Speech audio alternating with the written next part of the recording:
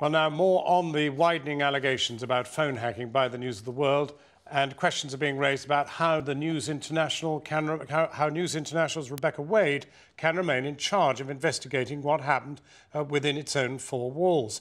Metropolitan Police has also been strongly criticised for its handling of the scandal. Our business correspondent Siobhan Kennedy has more. The Met and the News of the World both claim to strive for truth and justice, yet their own credibility and reputation now on the line. The question tonight: can they be trusted to investigate themselves? The revelation that the News of the World allegedly hacked into the phone messages of the missing teenager Milly Dowler has raised more questions about the depth of the Met's investigations and why it didn't come to light sooner. Back in 2006, the News of the World detective in question was arrested and thousands of pages of his notes were seized. Yet 3 years later, after reviewing all the evidence, the police concluded that no further investigation is required. Then, in January of this year, the police were forced to launch a fresh investigation as a string of other hacking victims emerged. But even then, in March, the police claimed they were unaware of any Milly Dowler hacking allegations. What makes it really important and urgent is that it's about the behaviour of the Metropolitan Police, in whom we put our trust. They had all this information in their hands in 2006, and yet they did nothing with it. Why have they lied time and time again to Parliament? Even the Met Commissioner himself appeared to concede a further investigation was needed. I think there's inevitably going to be a much wider process that goes beyond the police investigation. The police investigation will be one part of this, and that's for us to answer. But I think there are wider questions to be answered. What is the role of the Press Complaints Commission and others to ensure that we get the right balance between the freedom of the press that we all hold dear, but also the privacy of individuals? But it's not just the Met in the dock. Questions are also being asked about how much the News of the World knew and when, and why, after years of its own inquiries, none of the Milly Dowler revelations came to light. In the spring of 2007, News International carried out an investigation into the royal hacking scandal and concludes it was the work of a rogue reporter. Yet 4 years later, the paper launched a second investigation after it sacked its news editor over more hacking claims. 6 months later, yesterday, it's forced to begin a third investigation after the revelations over Milly Dowler. All of which leaves serious questions about whether or not the paper's owner, News International, can be trusted to carry on investigating itself. Questions so serious that tonight, the car maker Ford has said it's pulling its advertising contract with the News of the World, and several others, including the energy company npower, have said they're reviewing their options. Well, earlier I went along to News International's offices in East London, where I spoke to the Director of Corporate Affairs, Simon Greenberg, before all these latest allegations had emerged.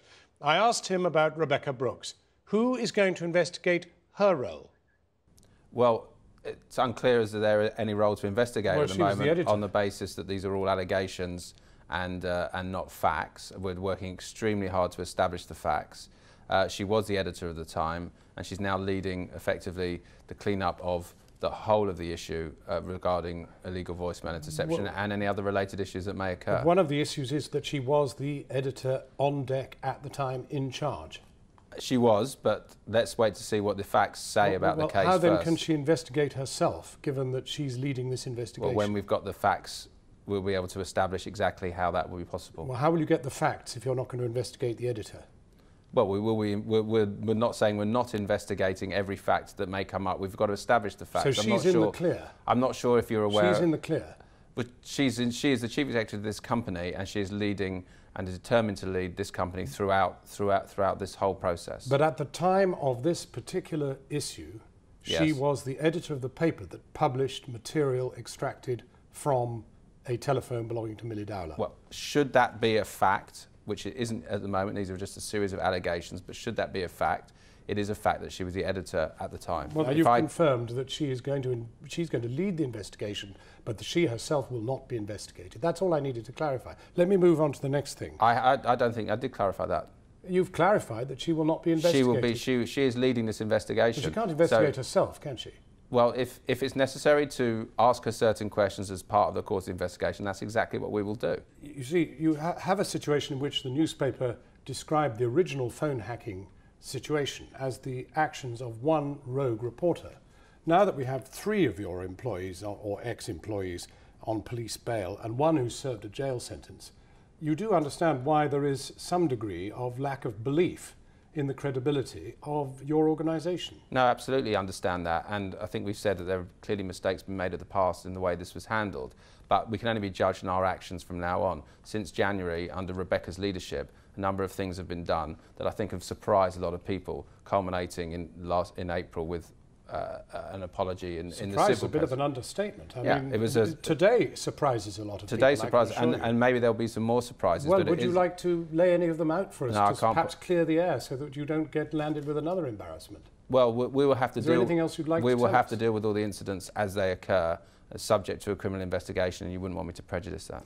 But how would you characterise a situation in which a child who has been missing has her telephone hacked into? How would you describe that? Appalling, shocking. And if it turns out that, that News International did indeed have a situation in which somebody did that on their behalf, what are you going to do about it? Well, I think Rebecca's made it very clear that under her leadership we will take the strongest possible action. But this did happen under her leadership. But if it did, then we will take the strongest possible action, but we don't know the facts of the case. So that means her own job is definitely on the line? No, I didn't say that her own job is. As Chief Executive, she is going to lead us through this entire process. You must be able to see that her position is completely untenable.